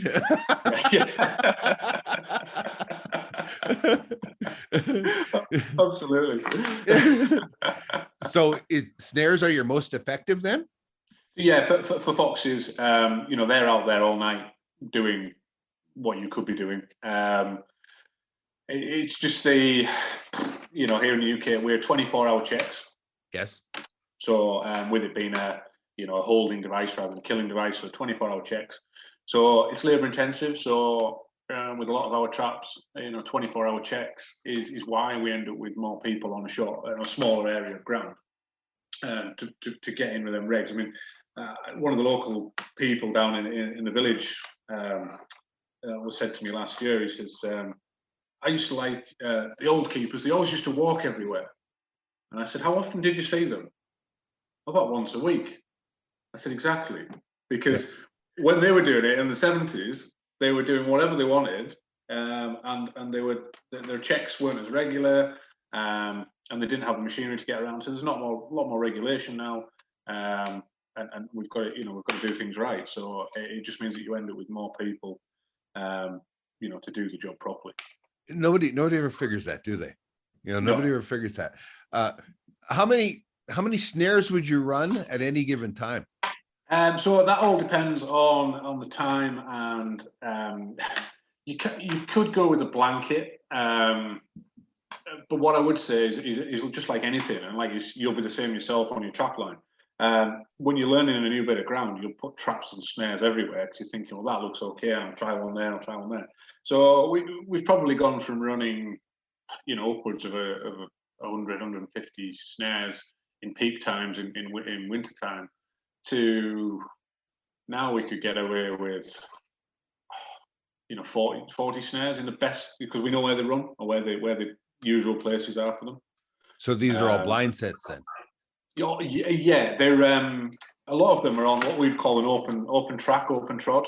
So there's tracks, whether it's in the heather, on grass, and just no bait, just on the travel. Especially at this time of year. In the winter time, we can use bait. The problem we have is that if you use, they were traditionally called stink pits or middens, so you use a lot of old dead stuff, and the smells attracting them.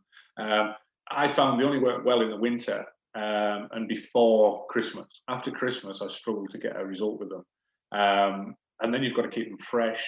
And the problem we have with as many people and public is that they'll end up on Facebook, and it'll just be a look at this, we found this, and open land in England, open moorland in England and Scotland is open access, so anybody can walk wherever they want. Although this estate is owned and we have the shooting rights and we have everything else, they could walk wherever. It's illegal to tamper with a snare or a trap, but it does happen, and it's increasing because there's more and more people.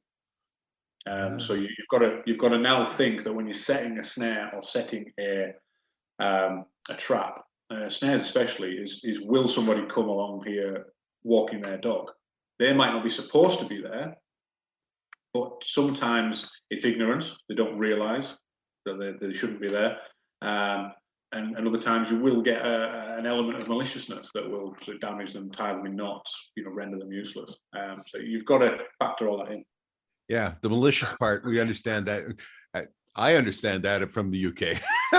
Yeah, I think I'm on speed dial by all the cat ladies living in their mom's flat, because I'm always fascinated to talk to somebody like you, like my one of my peers, and you're in the UK, because that's not the impression we get whatsoever. It's just like that, the hunting culture in France, like people are just like, are you kidding me? And I no, if you get out there, it's fascinating, because we don't see that part. We always just see the angry hate and all that kind of stuff on Facebook. What other animals do you have to control? What else is vermin? So we've got the mustelid family are our next one, really. There are otters in the UK, but they're the same as the badger, really highly protected. Wouldn't really affect us. That's more of a fishery, rivers, things like that. They were extinct not too long ago, and the otters made a massive comeback, enormous. We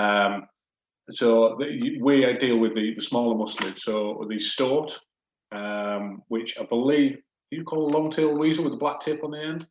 Well, there are three. They're ermine or weasels. So there's the least weasel, and it's this long tail included. Then there's the short tail weasel. He's about this long. That's a good one, around 18 inches. And then the long tail is almost like a mink, and probably like so with tail and everything. The difference between them all is just the size. They all have a black tip. They're brown in the summer, turn white in the winter. And right, yeah. So we've got so we call it a stoat, which I assume it'll be related somewhere along the line, and that has a black tip on its tail. And your bigger ones from head to tail tip, you're going to get around that sort of 1 foot to 18 inches downwards. And so we call that stoat, and that turns white in winter. So that's the only British animal that turns white in winter. Sorry. And then we've got the weasel, which has a tiny little short tail, and that is about half the size. So they're the two mustelids we can trap, including the American mink, which were released from fur farms in the 80s and 90s, and they went through the countryside like wildfire. So they are. If you catch a mink in a cage trap, say a live catch, you legally cannot release it because it's an invasive species. So there was quite a push for mink, certainly around late 90s, early 2000s. The American mink was killing our native waterfowl at nearly to extinction. And there was quite a lot of work done with that trapping mink, quite successfully in a lot of areas. And there's an argument now that the increase in the otter numbers is having an effect on the mink, but it's quite anecdotal. I've never seen any evidence for it. But there does seem to be less mink getting caught. Whether that's just a product of they've been, hounded quite heavily over the last 20 years, I don't know. Probably that. Probably also, I mean, competition. Yeah. I'm not going to say that the otter eat mink.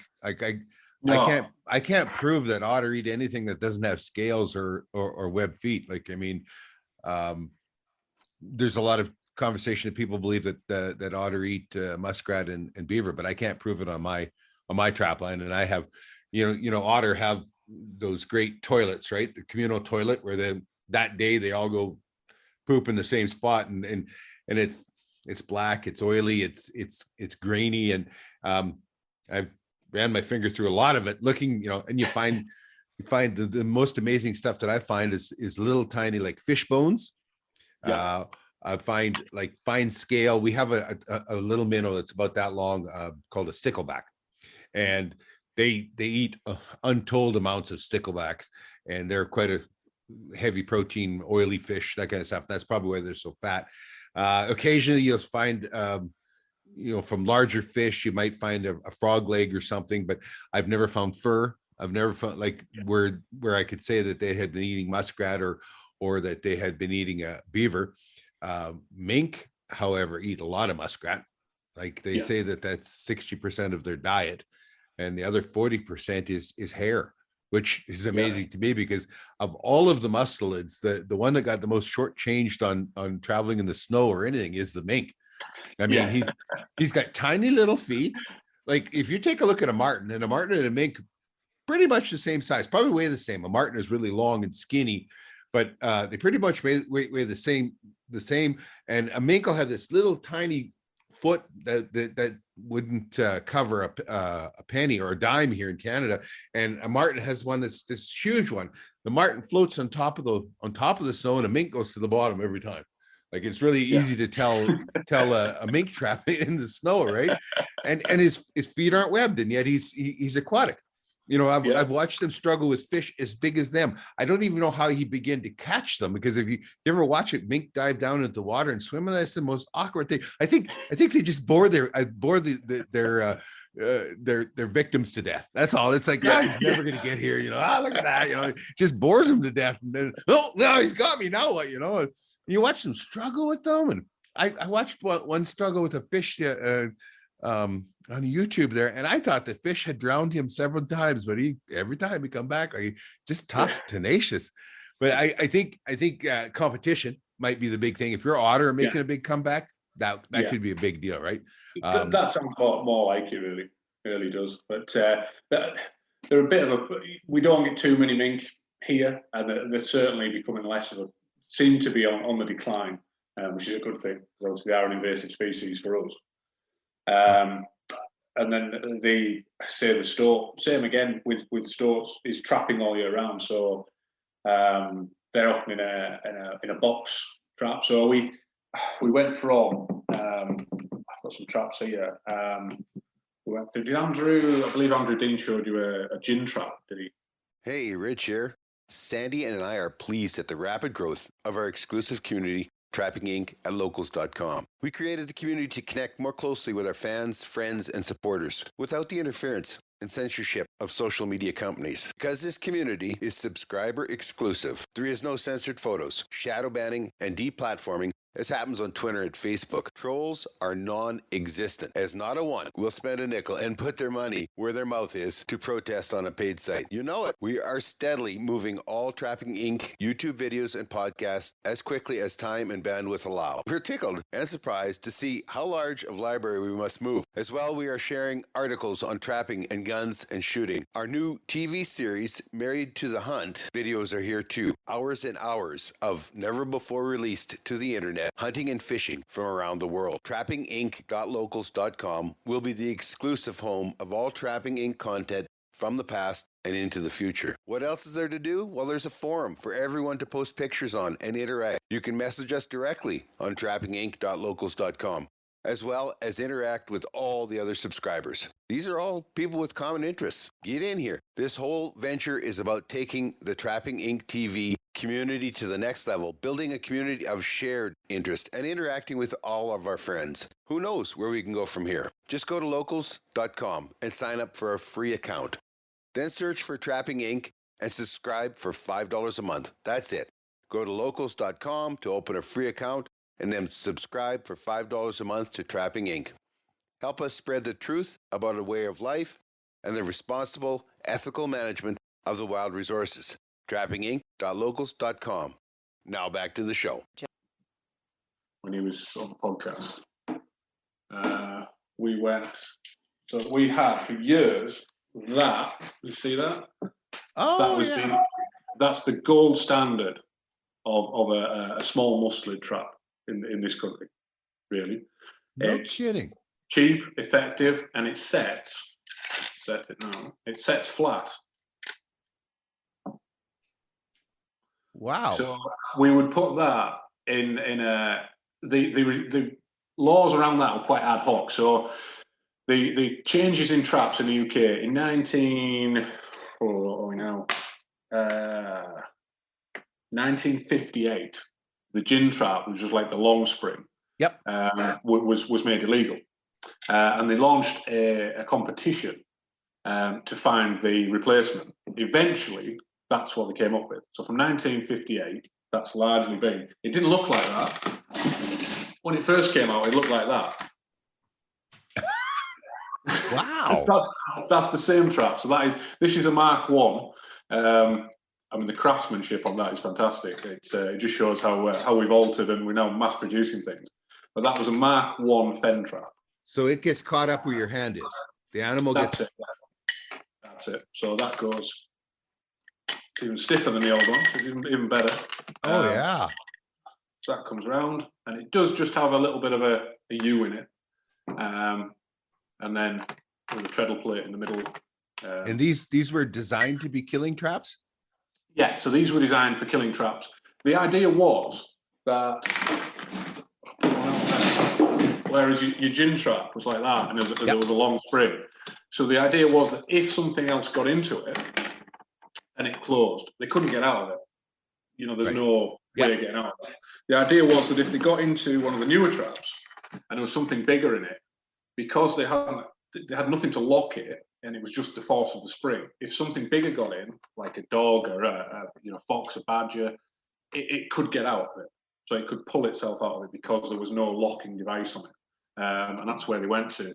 When they did it in the mid-50s, when they announced that they were going to ban them, the irony is that they banned in 1958. The big gin trap was banned in England and Wales. Scotland carried on using it until 1971. So I quite know why that was. This launched as with anything, necessity breeds invention. So they launched so many other traps that came out at the same time to kind of create the problem. So there was either vermin traps, like storts, and things catching squirrels or whatever. And rabbits was a massive thing back then, huge. Especially in the 50s, the whole country was overrun. If you talk to the old guys, everyone lived on rabbit in the UK. Rural England lived on rabbits. And it wasn't until they introduced myxomatosis from Australia that really knocked the numbers down. So rabbits were Introduced what? myxomatosis, which was a disease carried by fleas, and it was invented in Australia to kill rabbits there, and then someone had the brainwave that they would bring it to England to kill their rabbits, and it spread throughout the country, and it still flares up every year around the autumn time. You'll get a flare up and it will wipe out. You're probably looking at nowadays, it depends on how severe it is and the weather conditions, but it could knock out 3/4 of the population. Holy cow. But it's now a recurring event.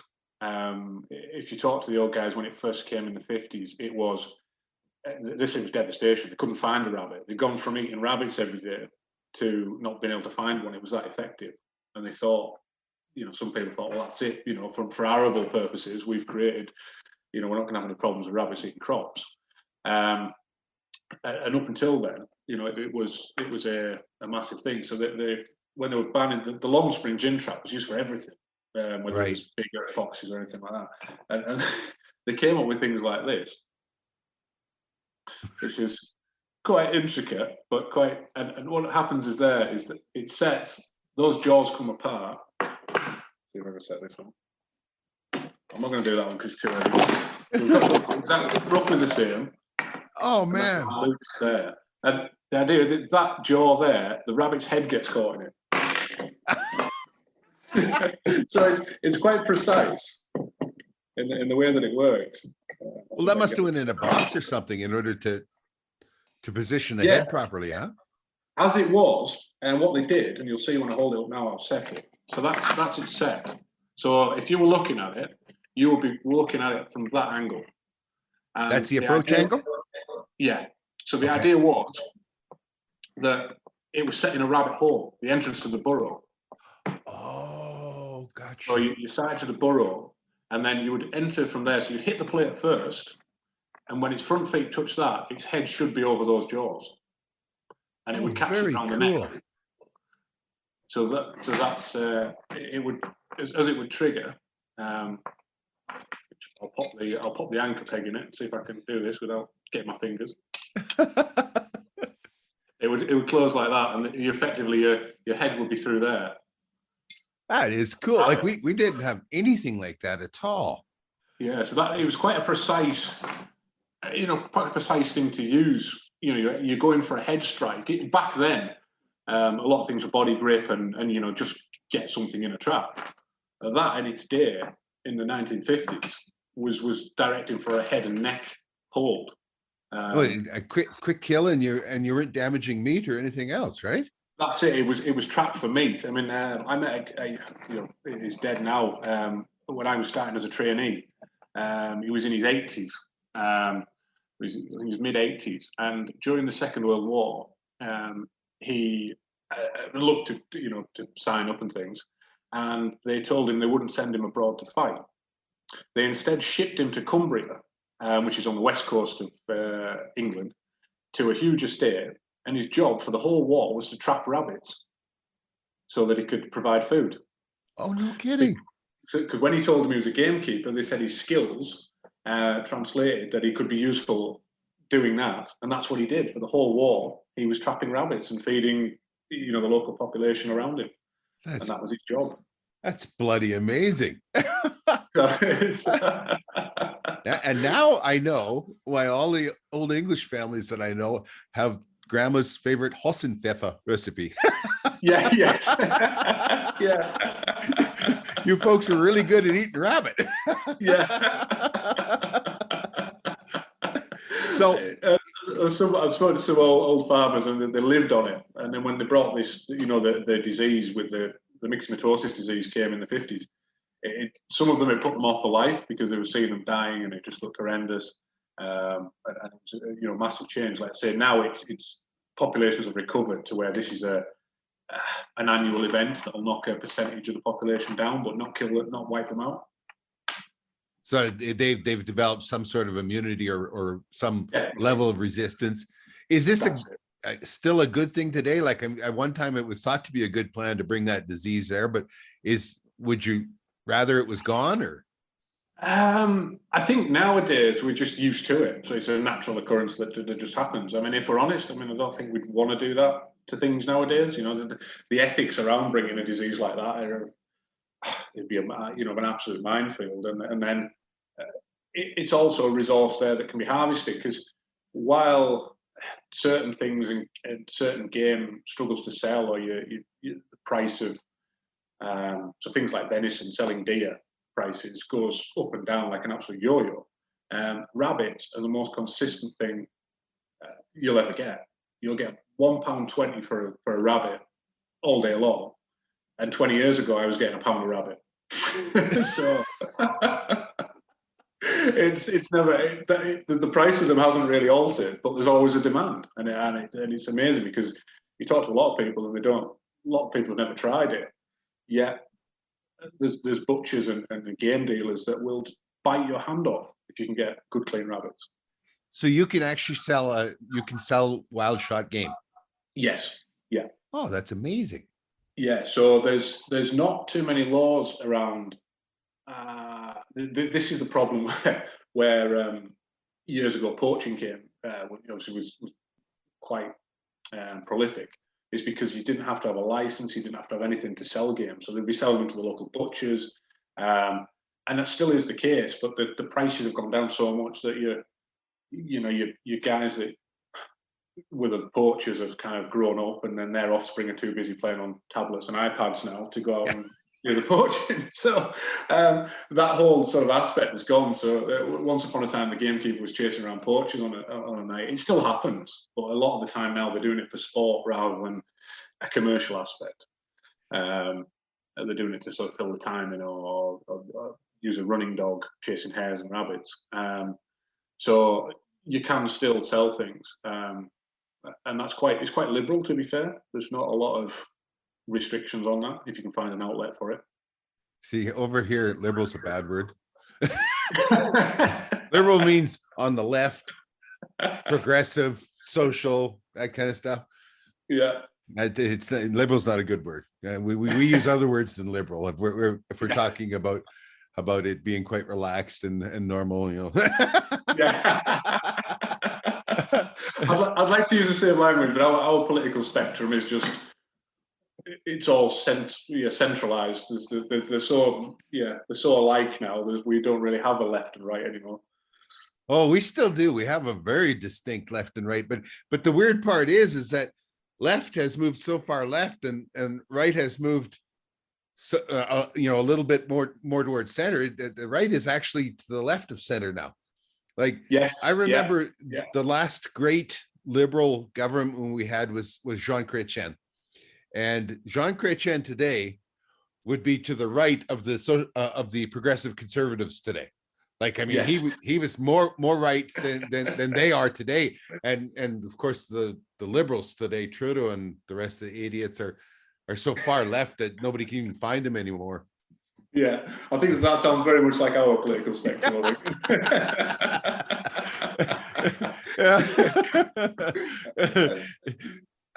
You said though. I'm sorry. You said that you're now having to change traps to become current with Ahidas. That's it. So I mean, you said it was in the 90s that you changed. We've the reason that the UK got away with it for so long, if you like, was because we didn't trap for fur for so long. And I don't care how you justify it. When you kill an animal, you should use it. And exactly. Them, like, they have that huge problem in the Netherlands with muskrats, which you're welcome. We said they kill 400,000 of them, hundreds of thousands of them every year, but then they incinerate them because it wouldn't be ethical to use it for anything. It's like, I don't get it. You've got to control them. It should be put to use. Yeah, right? Absolutely. You've already created the product. Yeah. Just use it. So I mean, because you guys didn't do it for fur, to resell the fur, that you were exempt. Yeah. So there was a reasonable taxidermy market for good ermine stoats. Moles used to be sold quite easily, quite readily, and For taxidermy? Yeah, no, for skinned out moles and then for sent away. So, I mean, I imagine your mole's exactly the same. A mole had to make a 9-inch board stretched to sell. And a one-old gamekeeper, when I was to trainee, I went to see him one day, and we went to get a crow off him. So a crow for a decoy for a trap, so a live crow. And he said, it's just in the field behind my house. And we're talking 100 meters from his house. We jumped over the fence. He pulled a mole trap out of the floor, and there was a mole in it. He grabbed the mole out of it, was carried on talking to me. We walked 100 meters. In that time, he pulled out his penknife. He never stopped walking, and he'd skinned that mole in the time it took him to walk 100 meters.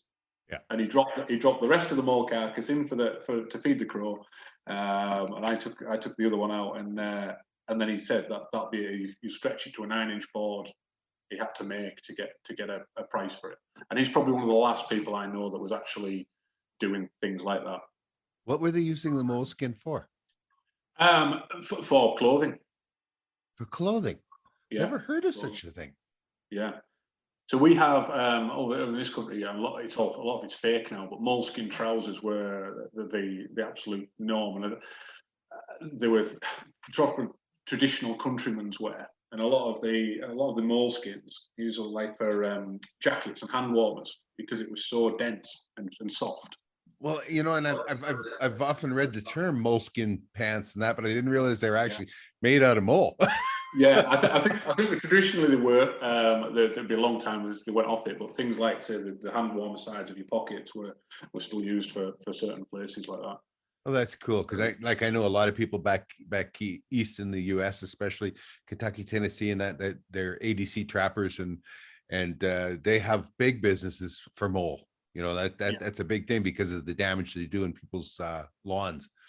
We have a very different culture here as far as the groundskeeping, and that we're, you know, our lawns are these wonderful things that golf courses to be envious of, and of course moles make a huge damage to that. Yeah. So what traps did you have to upgrade to then? You had to go to certified body grips?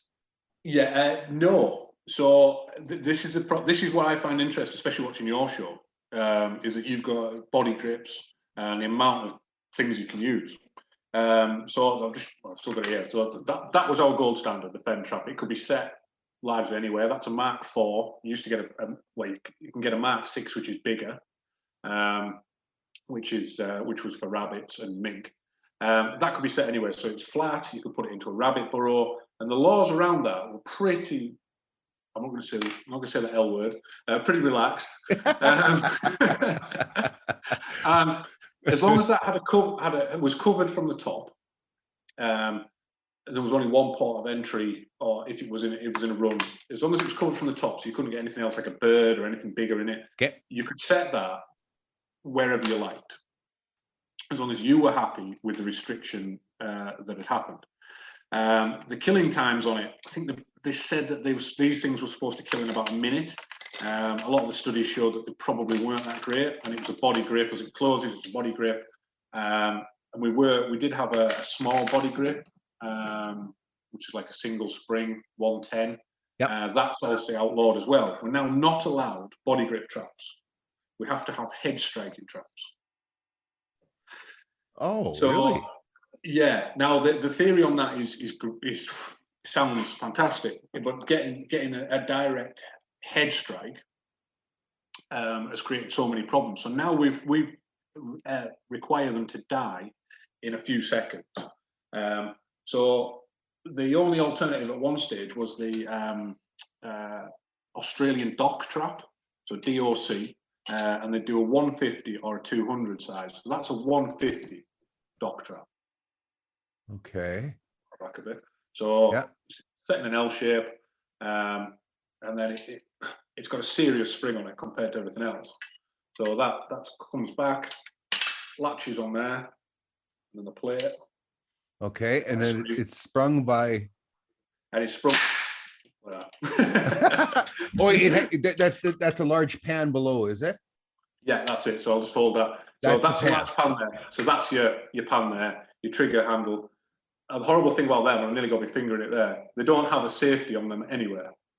So you've got to get this right first time, because these things are, I used to get my fingers in the old style traps many a times, and you could just take them out, and if it was a cold day it would sting a bit, but these things are, these things are finger breakers, serious traps.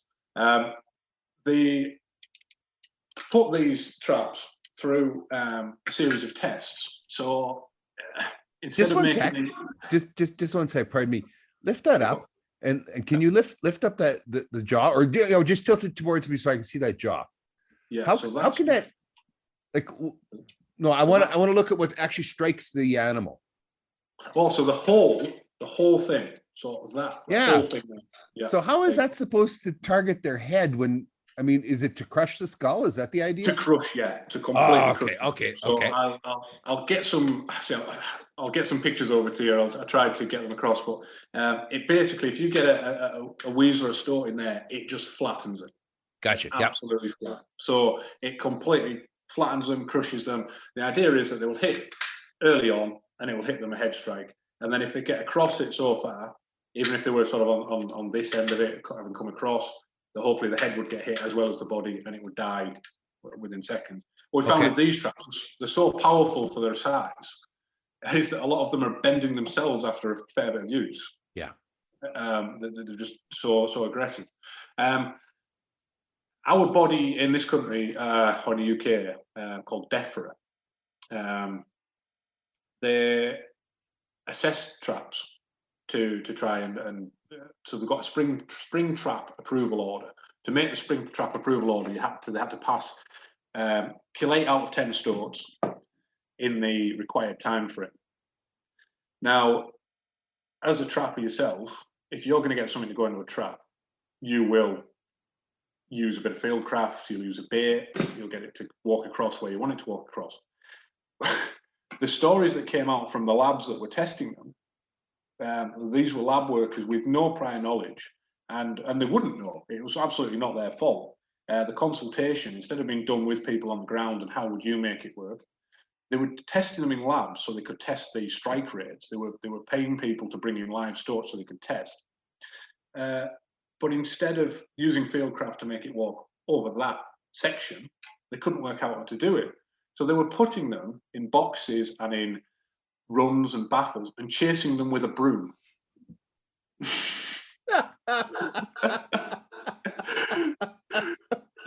So yeah, if the the broom, I'm dying. Yeah. I'm dying on the broom, man.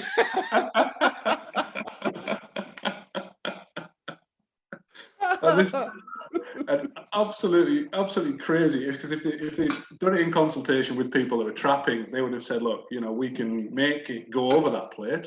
We'd be fairly confident if we could use a bit of fieldcraft and bait and taught them how to do it. But no, it was £10,000 to test each trap, and these things were done over months, and they had to get live stoats to do it, and the process went on and on. But they couldn't work out how to get that stoat to go over there of its own accord. So they just wanted to put it into the box or the enclosure that they had it in, chase it through the trap, bang, there you go, that's job done, tick the box. Now the problem is, for them to do that, they created baffles and things on the other sides of these traps to do them. So you cannot set that trap unless it's in a box, which a lot of traps are the same. However, to get it to go over there, they narrowed it down so much that you had to use a 2.5 inch hole. So that's a box. That's what we have to live with now, because they chased it with a broom. So that is now the standard size of a UK mustelid trap. Oh, I'm sorry, but because they chased it with the broom, you ended up with that. Yeah. No, there is different takes on that. You can have a mesh cover of inch mesh, as long as that makes the required. There might be a mesh cut out that makes the required size, but that hole and this whole enclosure, whatever you make it out of, cannot be bigger than 2.5 inches at that end, and that is only if it's a blind baited tunnel. if it's what we would call a run-through tunnel, where they can go straight over it, it has to be 2 inches, so even smaller than that. So they've really, from a working perspective of the layman and the working man, it just created headaches and problems that didn't need to be there if they'd used consultation with people. So Yeah, if they'd have just used the asset of you people. Oh, and you set it sideways in there. Yeah, so it goes through through the hole at the bottom, and hold it straight up. It'll go through the hole at the bottom there, but obviously you set it flat, and then that is also if we get back to the broom again. There also is stipulations that, so you can see it from that side of the box, there can only be less than a 10mm gap between that side of the box and 10mm from the hole at the bottom to that plate. It has to be less than 10mm, because they found that when they were chasing it with a broom and it was under steam and it was going flat out trying to get away from the broom, it would be jumping over things and it'd be jumping around things, and so if there was any gaps around it. So this is what we're left with. My gosh, you want to take the broom and beat them with it, chase them with it. Take them down a hallway while they're getting flogged with a broom, and then watch them go when they're not getting flogged. Say, do you see the comparison here? So that's freaking amazing. I mean, I understand the necessity for science and to test stuff. You know, and Canada sets the gold standard for that with the Fur Institute of Canada testing traps and all that kind of stuff. But at least they do it. They use a lot of trappers to do it. Yeah. And right now we're studying kill springs on wolf and coyote snares, and it's all being done, but using the technology involved with trail cams. So, you know, you set up a snare, coyote gets into it, and it's all recorded, you know, so we can come up with best practices and, you know, how we, you know, specifications for cable size and springs and all that kind of stuff. But I mean, at least there is some actual hands-on boots on the ground doing it. Like, I mean, like you're ever going to catch a stoat that's just been freshly chased with a broom. You know what I mean? Yeah, exactly. And the one thing I will say is that sounds this sounds crazy. It's probably now we don't have 3 options of a killing trap for mustelids, and this is the best one. Really? Yeah. So with having used it, and you, as long as you abide by the stipulations of your hole and your distances at the end, you can use a wooden box like I've got. You can make a plastic one. You can use what you want in that respect, as long as there's only one entrance in, and those parameters are adhered to. So they then did the process for other things. And I found these fairly effective in a blind baited tunnel. So in the winter time we use rabbit meat because that's the main food of the stoat and the weasel. And we've got grey squirrels, which are invasive, and use wheat for them sometimes. Just quite easy, and then it doesn't rot, doesn't go off. And in the summertime we'll switch on to eggs. So really? Spring and summer. So that's the difference between likes of yourselves, and I mean a lot colder up there as well. We're a great, wet, warm little island, really. And because we trap year round, we've got to find baits that'll last, and eggs are about the only thing that'll last through a summertime. Yeah. Now they're not as effective as a flesh meat bait in the winter. What we try and do is get the majority of our catch in the winter, and then the summer trapping is kind of a top up, but it does still work. You do still get stoats and weasels going in to eat eggs. So it's a bait we can use. I pulled two stoats out actually this morning out of coming for eggs. Well, I mean, and it's funny because our home quarter here is a quarter is half mile by half mile, so we take the dogs for a walk every night, you do 2 miles, right? Mm. Roughly 2 miles as you wander through on the trails and everything. But the number of eggshells that you're finding right now on the ground in that, Yeah. because our partridge are nesting, and I have to keep my dogs under control because they will chase them off a nest or whatever, and that kind of stuff. But they're the coyotes and everything else, the skunks and all that, they're all very busy with this time of the year with the nests. It's amazing how many damaged eggs you see, right? Yeah, exactly. Massive, and amazing what will eat an egg as well. Whether it's even things like woodpeckers and things like that. Yeah. It's amazing when you see nature. It's amazing what we'll eat. Yeah. What we'll eat when they're hungry. It truly is.